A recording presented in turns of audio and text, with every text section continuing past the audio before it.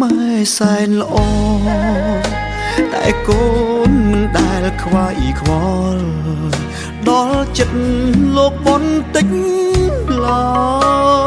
យលោកតែងផិតភ័យរាល់ថ្ងៃ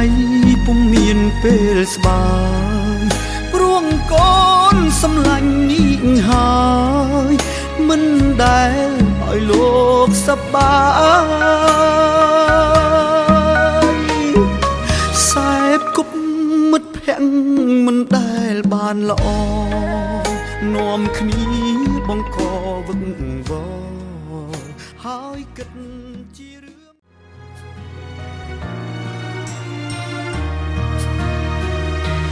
នៅម្នាក់ឯងឮសំឡេងអូនយំនឹកញ័រដើមទ្រូងមានអារម្មណ៍ថាអូនបែកគេកាន់ទូរស័ព្ទខលទៅអូនភ្លាមអូននៅស្ងៀមមិនឆ្លើយបងទេតែឮសំឡេងគេក្បែរ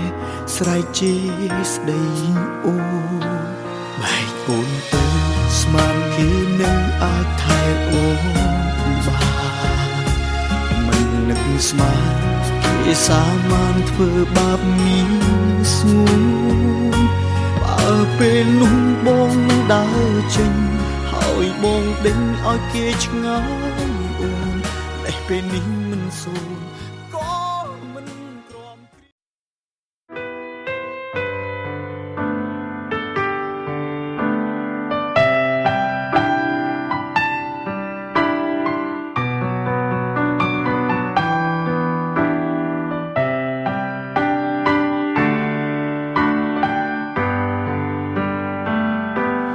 នៅក្នុងចិត្តពេលនេះរំភើបស្ទើរទាំងភ្នែកពេលបានឮសំរែកស្រែកហូរកាញ់ជ្រាវសែនសប្បាយពេលខ្ញុំប្រគំតន្ត្រីជូនបងប្អូនប្រុសស្រីចិត្តខ្ញុំអភ័យកូនឡងអ្នកដឹងទេក្តីស្រមៃយ៉ាងយូរជីវិតកាលនៅក៏មកពេលធំឡើ